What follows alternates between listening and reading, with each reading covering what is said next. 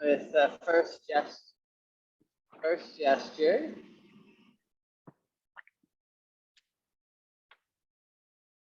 And we're just being. If you notice yourself getting distracted, just come back to your aliveness and your body and senses and presence.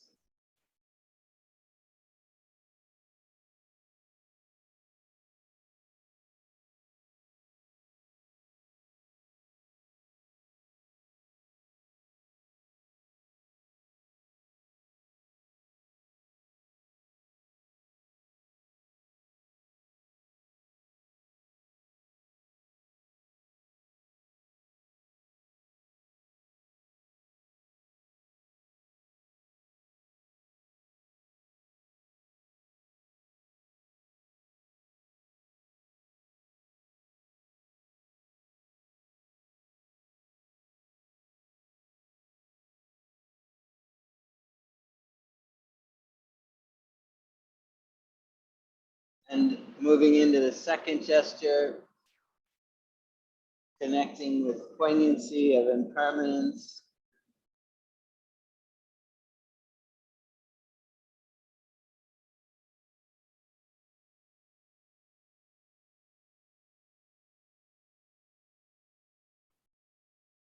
This is our opportunity to practice in this precious situation.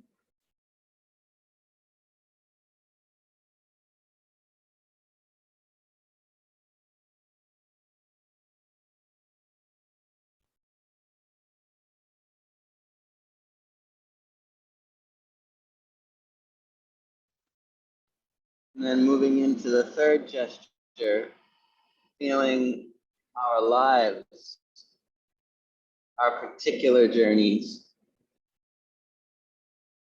and all the different parts of us that have evolved in our journey as a response to our life and to our essence interacting. And then we feel ourselves, our hands coming together, feel what we're feeling in this moment.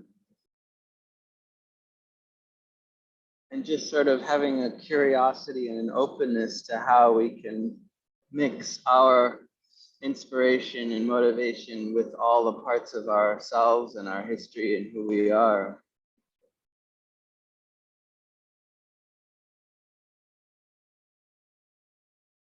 Could formulate an aspiration in the third subpractice. May I be able to bring harmony in myself so I can practice the Dharma without obstacle. And we dive in.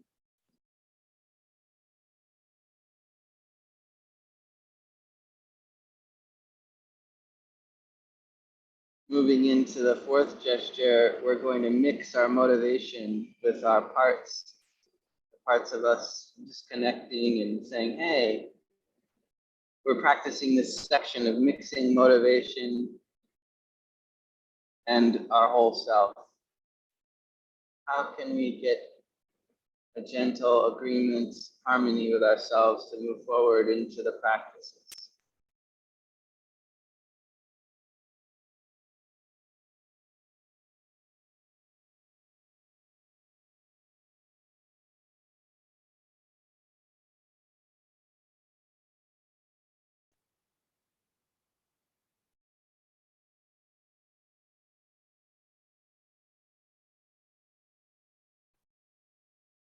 Feeling a sense of safety, gentleness for the rest of this time together. We're going to practice the profound and gentle, compassionate Dharma. And we move to the fifth gesture, looking up, realizing that all beings in this realm suffer just from being in these impermanent four element bodies, going through all the partings from what they want and encountering what they don't. And here we can just invite all of our parts to say, hey, look around. The whole world is in need of us developing our love and compassion. Can you please join me in this wonderful journey of love?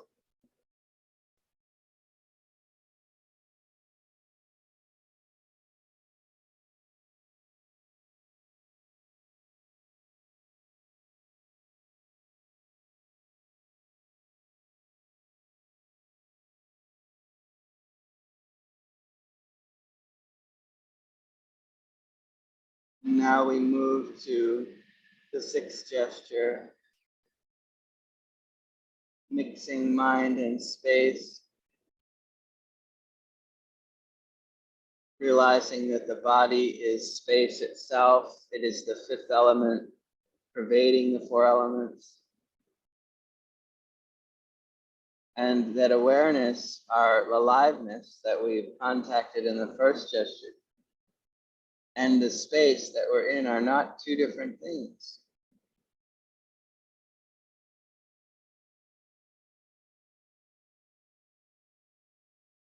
Everything we think about our world is awareness. Everything we feel in our body is our aliveness awareness.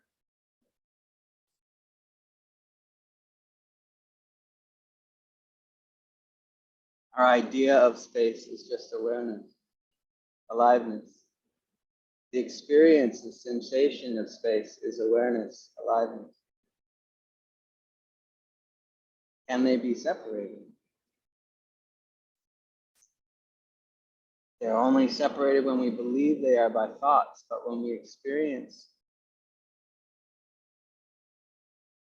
without thinking, but dropping into the body, into the dimensionality, feeling the space around us, above us, below us, we're mixing the experience of awareness and space as one.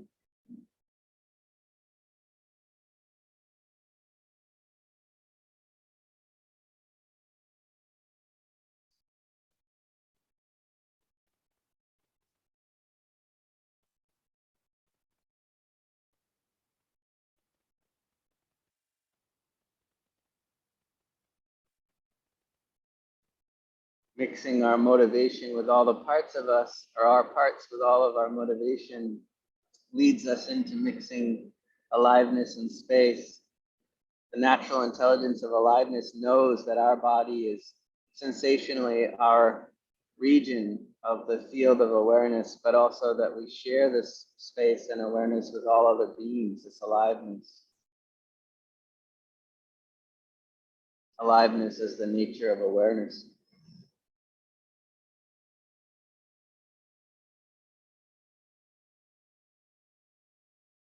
Outside of us are animals and trees and beings that all share aliveness but have different perspectives of the facet of awareness.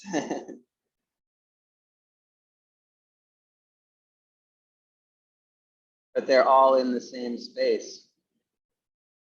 And that space is not an idea here.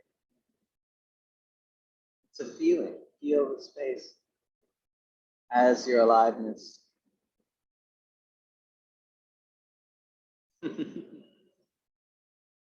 A river of aliveness like a cat's tail whipping.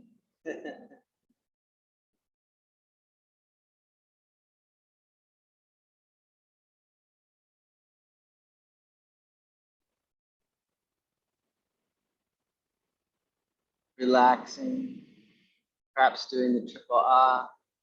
Ah. Ah. Ah. Let's utilize our arsenal and move to smoking the dens out of the cave, tightening from our core, our belly, our chest, our arms, our legs, our hands, our face. More, more, more, more, more, more.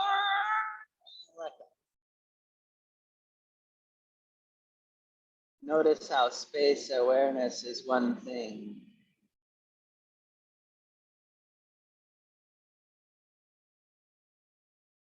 Living space, alive space.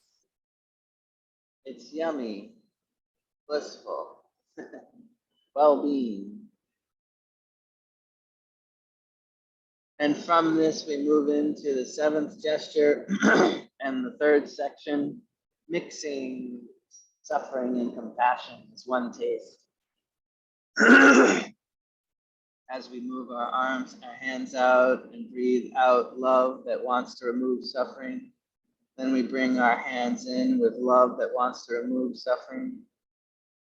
And we breathe out with love that wants to remove suffering. And we come in with love wanting to remove suffering. And we're feeling that longing to remove suffering. That is the compassion. And its radiance is field and felt. It's field. It's double entendre.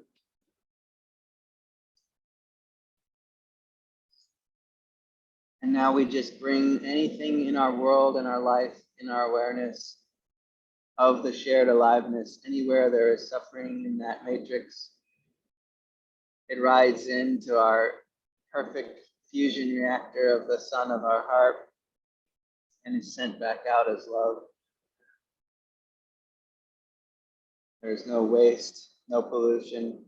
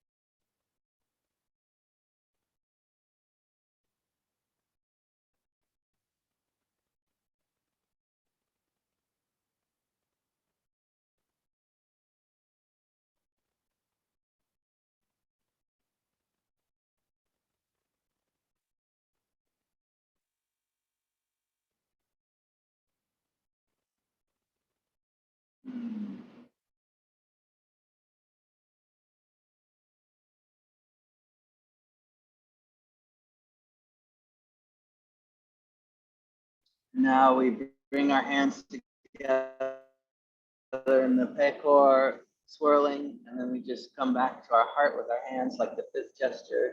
We just rest in the glow of mixing compassion, suffering, awareness, space, all of ourselves and our devotion, motivation, just resting in the inseparability of the three sections.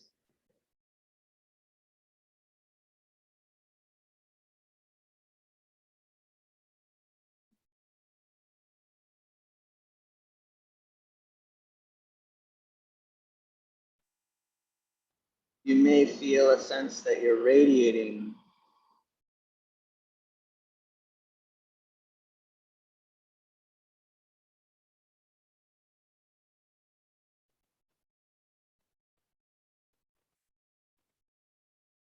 But it's not really an effort, it's discovering that that's kind of continuous.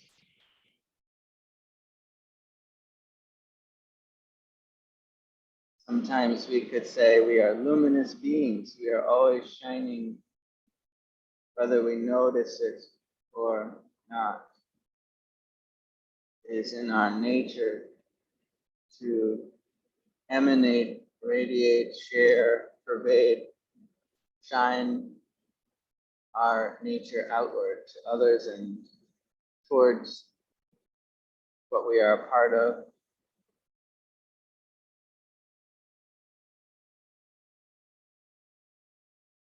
It's not just in front, but all around us, above, below, behind.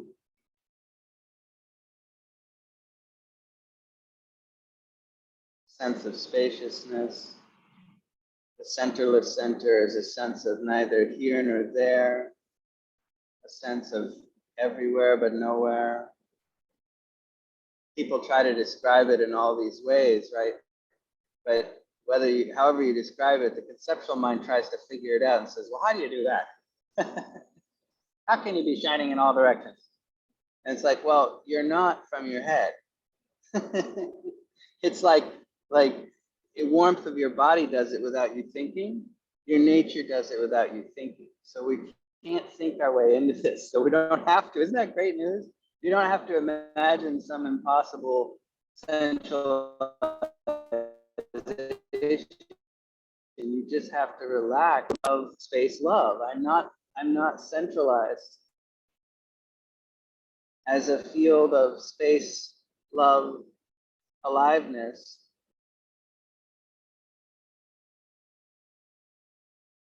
I'm not needing to create the idea of space, but it's already pervading.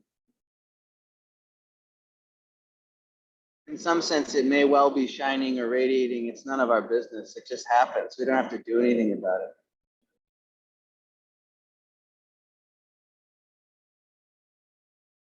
It's just the way we are.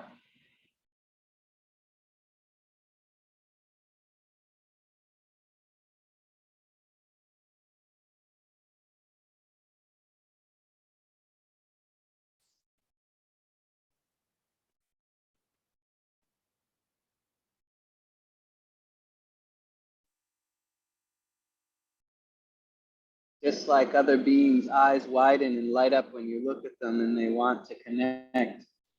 In the same way, when you acknowledge your own radiant spaciousness of love, it brightens, just like the eyes of another.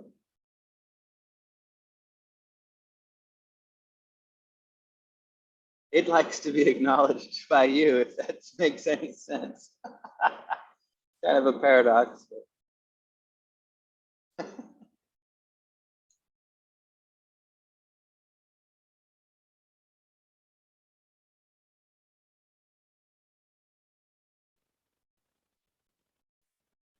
All right, let's do a short movement thing of Luzhan, rolling from the hips,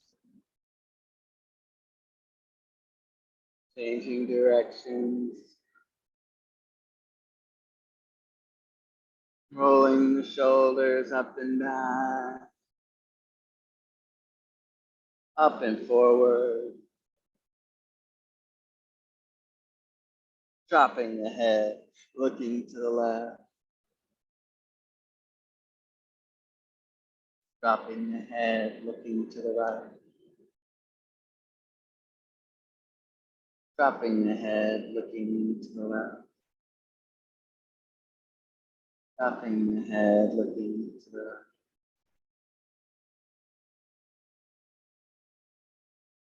Dropping the head, looking to the left, and dropping the head, looking. And then we'll move our hands gently in front of us with the fingers out, stretched, feeling the wind through our hands. Gentle movement, opening the chest and shoulders.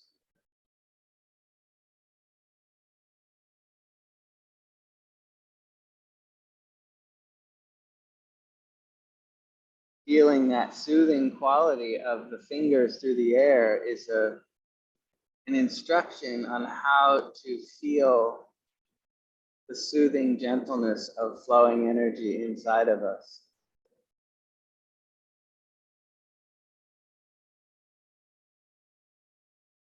Like wind in space, we can open up our inner channels to be so free.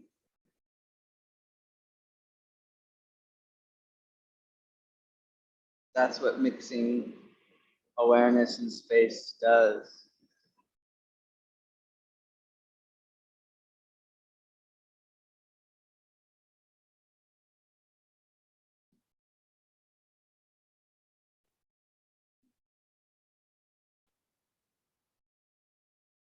Now we come back to our meditation posture. And we'll just briefly review the 3 sections that we practiced on Sunday and that sort of, broadly summarize the first 7 gestures. The first section is mixing our motivation with our whole self, or mixing all of the parts of ourselves with our devotional motivations. And this is a process of just spending time feeling ourselves, noticing, inviting every different part of us that comes up, the critic, protectors, the gentle younger ones, the managers, the firefighters, whatever different roles in your mandala, inviting all the different parts of us to feel welcomed in our practice and to harmonize with them and ensure them that that they are being loved and cared for with these practices.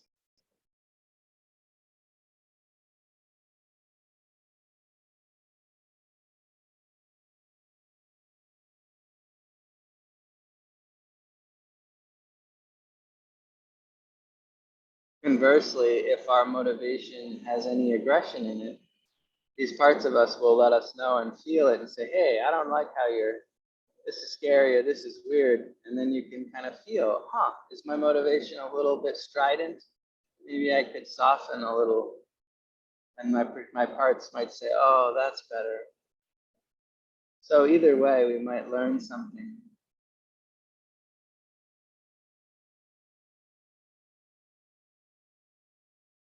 An invitation, an open dialogue.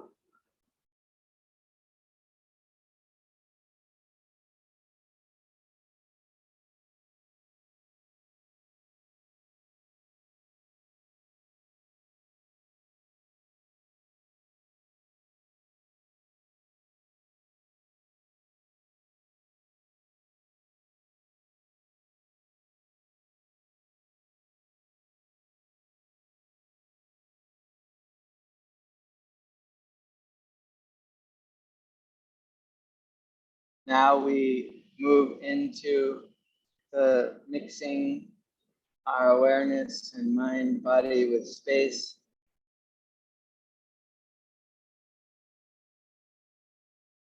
Sentient beings in dualistic perception regard space and awareness as 2. And practitioners practice recognizing that they are 1.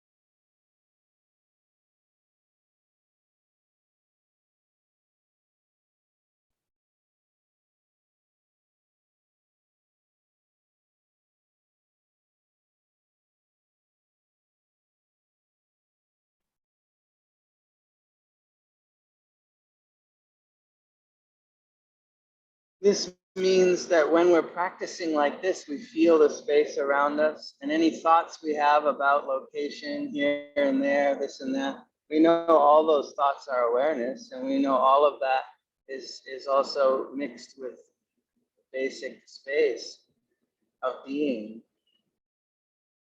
So we can kind of just allow those thoughts to come and be seen as part of the space, reminders of space.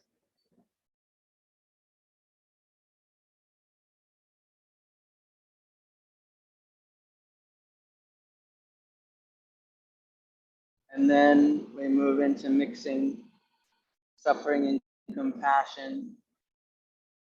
This section, we build on our harmonious relationship to the different parts of ourselves. We move in along with our experience of the inseparability of space and aliveness.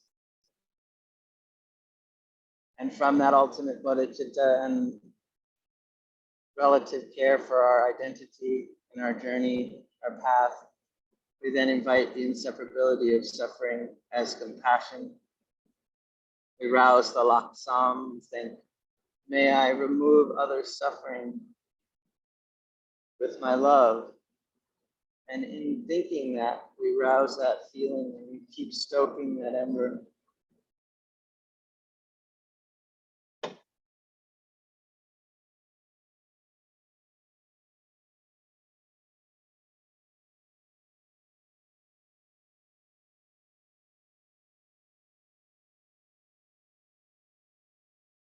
We have a sense of practicing, exchanging self for others. But here, we're not exchanging all our parts for other people, but all of us, our whole being is discovering the spacious resource of space awareness and the unlimited love and heart that expresses. And in our heart, we take the suffering into the emptiness and the luminosity and shine it back out as love.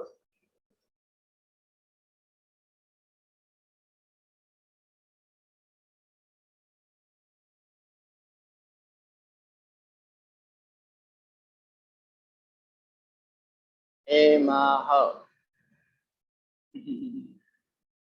All you sentient beings, I have a good or bad connection with. As soon as you have learned this confusion mention, may you be born in the Western Sudan. And once you're born, complete the boonies and